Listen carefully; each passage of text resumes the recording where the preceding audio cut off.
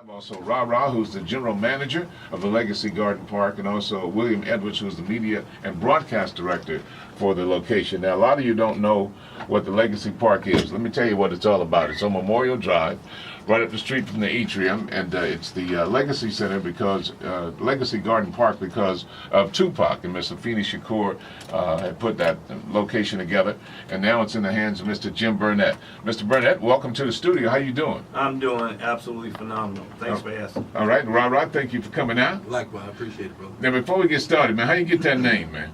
Well, actually, my name is Raquan, Ra short, and it's actually the name of my company. Okay. So being a marketing guy, I use my company name to be my brand. So Ra, name of the company. Every time you say my name, you say my company. All right. Now, did you get that name when you was a kid? Yes, I was born Raquan.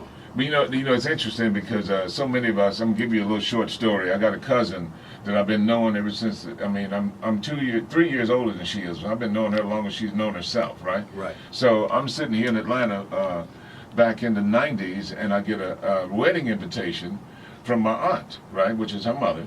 And they were announcing, congratulations, announcing the marriage of our daughter, Desma Renee Nance, to Valunzo Blunt. I'm like, okay, well, who the hell is Desma Renee Nance? I called my auntie, I said, hey, Sarah.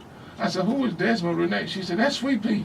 We've been calling her Sweet Pea her whole life. And really, I mean, she was 21 years old before I knew the child's name. Wow. And so maybe you got folks in your family that know you as Ra, and that's it. They don't know what the younger generation know Ra. Most of them, I used to go by Big Dude. My grandmother used to call me Big Dude growing up. So. Well, Big Dude fits, because you're a big dude. Absolutely. All right, Mr. Jim Burnett, you're the man of the hour. You know, I want to congratulate you on what you're doing over there at the Legacy Center, but tell us a little bit about the history of the Legacy Garden Park there.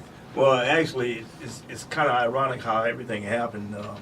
When I purchased the property, I didn't really know the real history of Shakur and Tupac. I knew I liked his music and so forth and so on, but as time went on and people started coming to the center and kissing the ground and climbing over a barbed wire fence to try to get over into the park to see this statue, I started doing my homework and studying about who this woman was. And I found out Miss Shakur was a phenomenal black woman. I mean, the things that she went through in her life and the struggles and so forth and how she fought to keep the songs and everything else, I really started getting inspired as to what we should do with that piece of land that we had. Right. Now we've turned that piece of land now into a legacy park to where we're going to honor, and we want to honor a lot of legends that we have in our history, in our time period. Not only Tupac, and it was crazy. You know, why would you want this place? Because it was horrible. It was. It was horrible when we bought it, and people in the community, they can remember that, the eyesore. Right. But now we've actually have turned that thing into something that we're really, really proud of. And now people start peeking around the corner and saying, what the heck's going on over there? Right.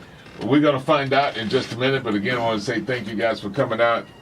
And speaking of Pac, we had a request for this earlier, so I'd wait until you guys got here to put this in. This is a song that he wrote to Miss, commemorating the work of Miss Shakur. Tupac, y'all. Kiss 104.1.